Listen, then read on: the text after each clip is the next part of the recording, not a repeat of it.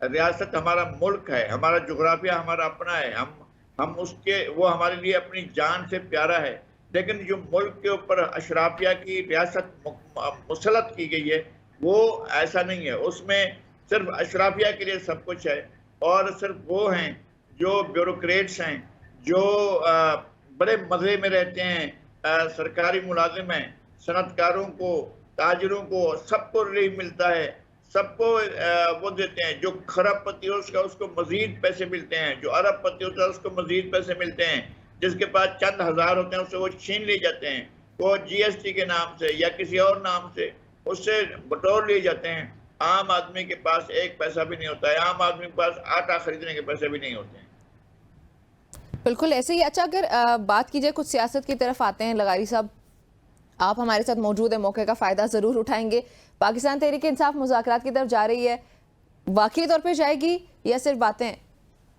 نہیں، ان کا طریقہ کار یہی ہے. وہ ایک دن کہتے ہیں کہ جناب ہم مذاکرات کے لیے جا رہے ہیں، اور اس کے بعد جو ہے وہ مذاکرات سے دستبردار ہو جاتے ہیں، اور وہ ایسی کڑی شرائط لگاتے ہیں کہ جس کی طرف کوئی جائے گا ہی نہیں.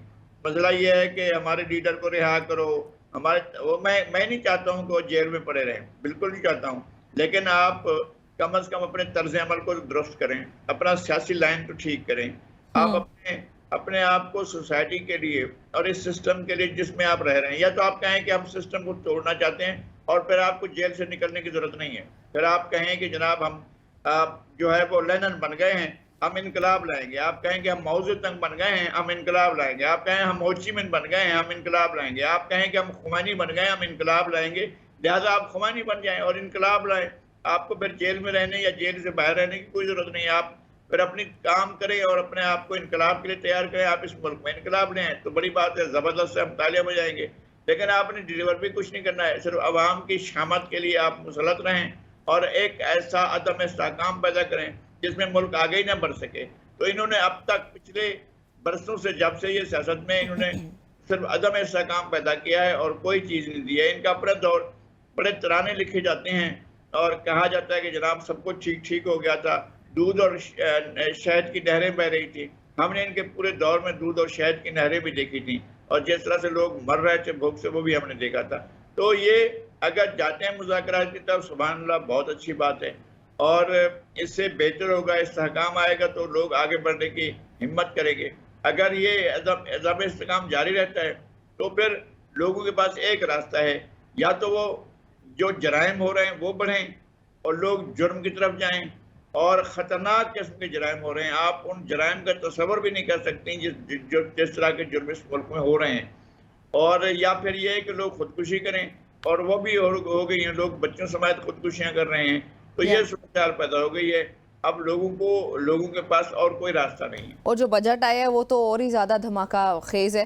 یہ جو بجٹ ویسے کل آیا ہے اس میں حکومت کا رول تو چلیں ایک الگ بات ہے نا، آئی ایم ایف کے ساتھ جو مذاکرات ہے، آئی ایم ایف نے بنایا، حکومت نے بنایا، جو بھی ہے وہ سب ڈیبیٹس الگ ہیں، لیکن اپوزیشن کا رول بھی یہاں پہ بڑا امپورٹنٹ ہے. کل ابھی بجٹ پیش ہی نہیں ہوا تو اپوزیشن کی جانب سے اس کو ریجیکٹ کر دینا یا اس کو یہ کہنا کہ یہ انٹائر نیشن ایک بجٹ ہے، یا مختلف طرح سے احتجاج کرنا، سامنے آنا، یہ بڑی غلط روایت ہے، اور اس کو کبھی یہاں پہ فل سٹاپ نہیں لگتا. یہ صرف پاکستان تحریک انصاف کی بات نہیں ہے، پی ایم ایل این بھی ایسی کرتی رہی ہے، پیپلز پارٹی بھی ایسی کرتی رہی ہے. So what do you think کہ کہیں جا کے ان سیاسی جماعتوں کو اس کو فل سٹاپ بھی لگانا چاہیے؟ نہیں، میرے خیال میں یہ احتجاج بھی لوگ اس سے اکتا ہی جائیں گے نا. لوگوں کے لیے احتجاج کیا جاتا ہے نا، لوگ اکتا جائیں گے یار یہ کیا آپ تماشا کرتے ہیں، اور جا کر جاتے ہیں اسمبلی میں، اور پھر اسمبلی میں بیٹھ کر آپ اس دن کی دیہڑی لگاتے ہیں، اس دن کے پیسے لیتے ہیں، اپنی گاڑیوں کا پیٹرول لیتے ہیں، اپنے رہنے کے ایئر کنڈیشن کمروں میں جا کر سوتے ہیں، وہاں سے آ کر یہاں پر آ کر اسمبلی میں بیٹھتے ہیں، اور اسمبلی میں جو ہے آپ نعرے لگانا شروع کر دیتے ہیں، آپ تالیاں بجاتے ہیں، یا آپ اٹھ کر چلے جاتے ہیں یا شور و غل کرتے ہیں. تو لوگ اس تماشے سے اکتا جائیں گے، لوگ کہیں گے کہ جناب ایسی جمہوریت ہمیں نہیں چاہیے. پھر لوگ اپنا راستہ دیکھیں گے. اس ملک میں یہ روایت نہیں ہے کہ لوگ جو ہے بغاوت کریں لوگوں کے، لیکن آپ نے راستہ کوئی نہیں چھوڑا. اس اسٹیٹ نے، اس ریاست کے اداروں نے، اس ریاست کی اشرافیہ نے اس ملک کے عوام کے لیے اور کوئی راستہ نہیں چھوڑا ہے کہ وہ بغاوت کا راستہ اختیار کرے. میں نہیں کہہ رہا ہوں کہ میں بغاوت کی ترغیب دے رہا ہوں، یا میں یہ کہہ رہا ہوں کہ جناب لوگ باغی ہو جائیں، لیکن ریاست نے کون سا راستہ چھوڑا ہے؟ یعنی یہ پرامر احتجاج بھی اس طرح سے ہوتا ہے. آپ بات تو کریں نا، آپ اسمبلی میں بیٹھے ہیں، آپ کم از کم اپنی گفتگو کریں، اپنی چیخ و پکار کریں. آپ یہاں بیٹھ کر ایک پروگرام کر رہی ہیں، ایک سوال کر رہی ہیں، اور ہم ایک قسم کا جواب غلط صحیح ہم جواب دے رہے ہیں. لیکن یہی بات آپ اسمبلی میں تو کریں نا, آپ اسمبلی میں گفتگو تو کریں, بات تو کریں. آپ نو نو نو نو نو, یہ کیا ہے؟ یہ اسمبلی ہے؟ اس طرح سے اسمبلیاں چلتی ہیں یا اس طرح سے عوام کی نمائندگی کی جاتی ہے؟ یہ عوام کی نمائندگی نہیں کی جا رہی ہے, یہ بھی خواص کی نمائندگی کی جا رہی ہے کہ مٹی پاؤ بھائی, چھوڑو ہم شور گل کر کے لوگوں کو چپ کرا دیں گے, باقی ہم اپنا کام کر رہے ہیں. یہ ان کا اپنا کام ہوتا ہے کہ جناب ہم شور و گل کریں, کنکریٹ بات کوئی بھی نہ رکھیں کہ یار اس ملک کو آگے لے کر چلنا ہے تو کیسے لے کر چلیں, کوئی بات نہیں کریں. اچھا سر, پاکستان پیپلز پارٹی بھی بڑی ناراض ہے, یہ واقعی ناراضگی ہو چکی ہے, اور یہ جہاں تک خبریں وہ یہی ہے کہ حتی کہ ہمیں بل سے متعلق جا کے یہ آنا شروع ہو گئی تھی ناراضگی کی خبریں, تو یہ ناراضگی کل پھر ہمیں دکھائی بھی دی ہے. بلاول خود نہیں آئے, اور جس طریقے سے اسحاق ڈار صاحب کا ان سے ریکویسٹ کر کے بلوایا گیا پاکستان پیپلز پارٹی کے رہنماؤں کو. نہیں, وہی ہوا, 2-3 رہنما آئے, باقی پارٹی نہیں آئی ہے. اصل مسئلہ یہ ہے کہ آپ ان کے ساتھ مل کر حکومت چلا رہے ہیں, آپ اکثریت ہی ان کی وجہ سے ہے, آپ حکومت میں ہی ان کی وجہ سے ہیں, چونکہ ایک بڑی تعداد جو ہے ان کے ارکان کی آپ کو سپورٹ کر رہی ہے, آپ کے ساتھ قانون سازی میں حصہ لے رہی ہے. تو جب آپ بجٹ بنا رہے ہیں, آئی ایم ایف سے ہی بنوا رہے ہیں, لیکن کم از کم ان کو بتائیں تو صحیح کیا کر رہے ہیں. انہوں نے کہا کہ ہم پی ایس ڈی پی کی جو ہے وہ چاہتے تھے کہ اس کے اندر ہم منصوبے جو دیے جائیں وہ ہمارے ساتھ اس سلسلے میں بات کی جائے. ان کی کوئی بات نہیں کی, ترقیاتی منصوبوں کے بارے میں ان سے کوئی بات نہیں کی. وہ کہہ رہے تھے کہ جناب پارلیمنٹیرینز کو پیسے وہ نہ دیے جائے, ان کے لیے فنڈز نہ رکھے جائے, وہ اس بات کی نہیں دی. یہ پھر وہ لوٹ مار کا ایک دروازہ ہے لوگوں کو چپ کرانے کے لیے, آپ کے لیے آپ کو کتنے پروجیکٹ ہیں, 50 کروڑ کے لیجیے 50 کروڑ, بھائی ہیں نہیں پیسے آپ کے پاس بجٹ میں, آپ خسارے کا بجٹ ہے. ایسا کہیں ہوا ہے کہ 80 کھرب سے لے کر 85 کھرب تک جو ہے آپ کا بجٹ جو ہے اس کا ہو, خسارے کا ہو؟ یہ تو ایک قیامت کی صورتحال ہے. اور اس خسارے کے بجٹ کے باوجود اللہ تعالی جو ہے حکمرانوں کے وہ ختم نہیں ہوتے ہیں, وہ عیاشیاں ختم نہیں ہوتے ہیں. یہ سب کچھ گروی رکھتے جا رہے ہیں, انہوں نے موٹر ویز کو گروی رکھ دیا ہے, انہوں نے عمارتوں کو گروی رکھ دیا ہے. لغاری صاحب پھر ایک بار ثابت ہو گیا نا کہ اسحاق ڈار صاحب کی ضرورت پڑتی ہے ان کو. بے شک ٹیکنوکریٹ کو لے آئے, محمد اورنگزیب صاحب کو لے آئے, لیکن پھر بھی ضرورت ان دی اینڈ اسحاق ڈار صاحب کی پڑی ہے. ہاں, اسحاق ڈار صاحب کو جا کر منانا پڑا, وہ بھی 3 آدمیوں کو منا کر لے آئے, پارٹی تو نہیں آئی تھی, اور بلاول تو چلے گئے تھے. اور انہوں نے اتنا ہی کیا اس لیے کہ وہ خورشید شاہ کے دوست ہیں, خورشید شاہ کے ساتھ ان کی ذاتی دوستی ہے, خورشید شاہ کو لے کر آئے. لیکن خورشید شاہ بھی اپنی مرضی سے نہیں آئے, یہی کہا ہوگا بلاول بھٹو صاحب نے کہ جناب آپ جائیں, آپ 2-3 آدمی جائیں, ہم نمائندگی طور پر جائیں گے, لیکن ہم جو ہے وہ اس کا بجٹ سیشن کا بائیکاٹ کر رہے ہیں. اگر یہ بجٹ سیشن کا بائیکاٹ رہتا ہے اور یہ بل پاس نہیں ہوتا ہے تو یقین کیجئے گا کہ حکومت کلیپس کر جائے گی, یہ گر جائے گی حکومت, کوئی اس کو سنبھال نہیں سکتا. اچھا, یہ کلیش آپ کو آگے بڑھتا ہوا دکھائی دیتا ہے یا بس یہ ابھی ہوا اور ختم؟ مجھے یہ بہت تکلیف دہ حد تک صورتحال جو آگے بڑھتی دکھائی دے رہی ہے. آج نہیں تو کل یہ حکومت اپنی مدت پوری نہیں کر سکے گی, اور اس حکومت کے پاس کوئی ویژن نہیں ہے, اس حکومت کے پاس کوئی ٹارگٹ نہیں ہے, وہ صرف ایک ہدایت لے رہی ہے. انہوں نے کیا کیا ہے, چین ان کے ساتھ وہ کرنے کو تیار نہیں, عرب آپ سعودی عرب سے لوگ ہیں, انہوں نے ایم او یوز کیا ہے کہ بھائی آپ کے پاس, وہ آپ کہتے ہیں کہ انویسٹمنٹ کرنے آ رہے ہیں, کوئی سناتے تھے کہ جناب ہمیں کوئی 100 ارب کا انویسٹمنٹ آ رہا ہے, وہ اتنے ارب کا انویسٹمنٹ, کہاں ہے وہ انویسٹمنٹ, پاکستان میں کتنے ڈالر آئے ہیں, اور پھر اگر ڈالر آتے بھی ہیں تو یہ منہ کھولے ہوئے جو مگر مچھ کھڑے ہوئے ہیں کہ جو ایک کوجس کے غالب نے کہا تھا کہ دام ہر موت میں ہے, ہر کائے صدقہ میں نہنگ, جانے کیا گزرے ہے قطرے پہ گوہر ہونے تک. یہاں آ بھی جائے تو منہ کھولے ہوئے لوگ کھڑے ہوئے, وہ ہڑپ کر جاتے ہیں, اور آپ کے پاس تھوڑی آتا ہے یہ سارا کچھ. وہ ایک ایسا سسٹم ہے جو ہر چیز کھا جاتا ہے, اور اگر آپ قرضے بھی لیں گے تو کھا جائیں گے. اس ملک کو ایک بہت بڑے انقلاب کی ضرورت ہے, وہ مجھے سردست نظر نہیں آ رہا ہے, لیکن اس کے علاوہ آپ کے پاس کوئی چارہ نہیں ہے. اس لیے کہ اس سسٹم کے ساتھ, اس ایڈمنسٹریشن کے ساتھ, اس ڈھانچے کے ساتھ, ریاست کے اس جو اینٹی پبلک جو ڈھانچہ ہے, اس کے ساتھ اگر آپ بڑھ سکتے ہیں تو بہت بڑی بات ہوگی. مجھے نہیں لگتا ہے کہ آپ اس کے ساتھ آگے بڑھ سکیں گے. تو یہ ناراضگی جو تو چلے پاکستان پیپلز پارٹی کی جاری ہے, پی ٹی آئی کے مذاکرات کی بھی بات ہوگی, اور یہ خبریں بھی ہمارے سامنے آ رہی ہیں کہ یہ حکومت جو ہے نہیں چل پائے گی اور الیکشنز دوبارہ ہوں گے. آپ کا تجزیہ کیا ہے اس پہ, دوبارہ کبھی الیکشنز ہو سکتے ہیں, ایسی کوئی سچویشن بن سکتی ہے؟ بالکل, میں نے کہا ہے کہ یہ حکومت اپنی مدت پوری نہیں کرے گی. یہ اس سال اگر نہیں جاتی ہے تو بہت بڑی بات ہوگی, اگلے سال تو نہیں رہ سکے گی یہ حکومت. یہ کیسے رہ سکے گی؟ اس حکومت کے بعد ڈیلیور کرنے کے لیے ہے کیا؟ مسئلہ یہ ہے جو اور بھی آئے گا تو وہ کیا کر لے گا. اس ملک کی ول آپ اسی کی سسٹم کے ساتھ رہنا چاہتے ہیں, اسی طرح کا رہنا چاہتے ہیں. آپ ہمیشہ اپنے آپ کو خطرے میں ڈال کر ایک خاص قسم کا ماحول پیدا کر کے خاص لوگوں کو ڈیلیور کر کے خاص لوگوں کی جیبیں بھر کے خاص لوگوں کو نخرے سہ کر خاص لوگوں کو جو ہے وہ آپ ان کی ہر بات مان کر ملک کو اس طرح چلائیں گے اور عوام کو مار کر آپ اس طرح سے چلائیں گے. چلائیں آپ, کیا ہوگا کہ چند آوازوں کو خاموش کرا لیں گے, پھر آپ چلیے قبرستان میں آپ حکومت کر لیجئے گا. یہ قبرستان پر حکومت کرنے کی بات ہے, یہ اس طرح سے ڈیلیور کرنے کی بات نہیں ہے. پاکستان ان کا ملک نہیں ہے, پاکستان اس حکمران اشرافیہ کا ملک نہیں ہے. پاکستان ان کے دھندے کا نام ہے, ان کے کاروبار کا نام ہے, بلکہ لوٹ مار کا نام ہے. لوٹ مار, پاکستان صرف حکمرانوں کی لوٹ مار کا نام ہے. پاکستان عوام کے لیے نہیں ہے. اس وقت عوام کو کچھ ڈیلیور نہیں ہوتا ہے. عام آدمی جو ہے ذلیل و خوار ہونے کے لیے ہے اور حکمران اشرافیہ عیاشی کے لیے. کوئی شک نہیں ہے. اور یہ جو بجٹ میں نان فائلرز کے بیرون ملک سفر کرنے پر پابندی عائد کرنے کی تجویز, نان فائلرز کو پکڑنے کا یہ واحد طریقہ ہے یا صحیح طریقہ ہے, مناسب طریقہ ہے, یا دیگر طریقے بھی اختیار کرنے چاہیے تھے, یا پھر یہ جو کل بجٹ پیش کیا اس میں نان فائلرز کو پکڑنے کے لیے حکومت نے کوئی تیاری کی ہے؟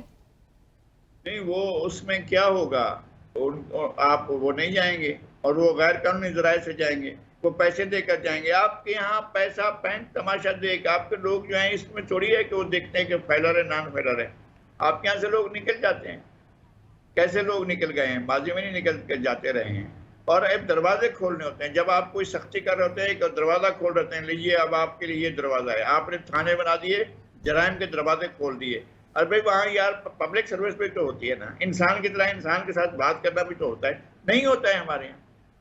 تو آپ اگر یہ خیال ہے آپ کا کہ اس طرح سے آپ نان فائلر پر کے سفر پر پابندی لگا کر, تو آپ کیا حاصل کر لیں گے؟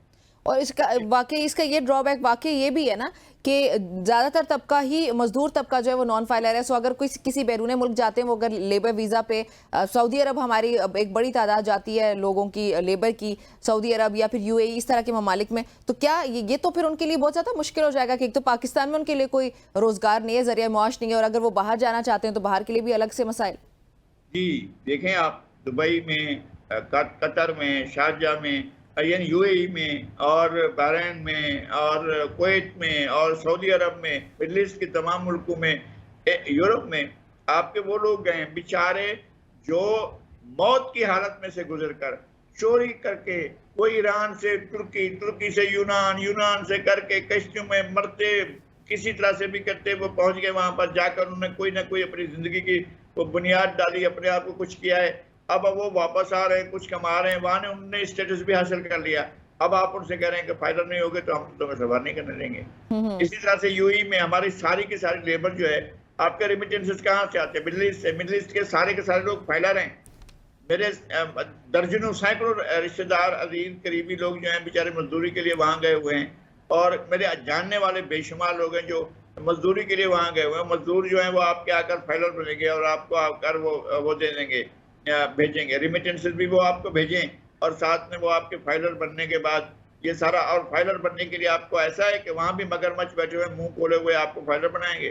وہ تو آپ کے آمدنی کے ذرائع پوچھیں گے اور کہیں گے کہ جناب نہیں, آپ جھوٹ بول رہے ہو, آپ کی یہ کمائی اتنی نہیں, آپ کی تو اس سے زیادہ کمائی ہے, آپ کو اتنے پیسے دینے ہوں گے ورنہ ہم آپ کو یہ نہیں کریں گے. یہ سارا کچھ ہوتا ہے, اور اس طرح سے آپ لوگوں کی زندگی کو اور زیادہ اجیرن بنا دیا. عوام کے لیے مسائل مزید بڑھ گئے, بلکہ بجٹ آنے کے بعد. آپ کا لغاری صاحب ہمیں جوائن کرنے کے لیے. ناظرین, گفتگو آپ نے سنی ہے نذیر لغاری صاحب کی. بجٹ پیش ہو چکا اور اس کی کیا تفصیلات ہم نے آپ کے ساتھ شیئر کی ہیں. ابھی وقت ہے پروگرام میں ایک بریک شامل کرنے کا.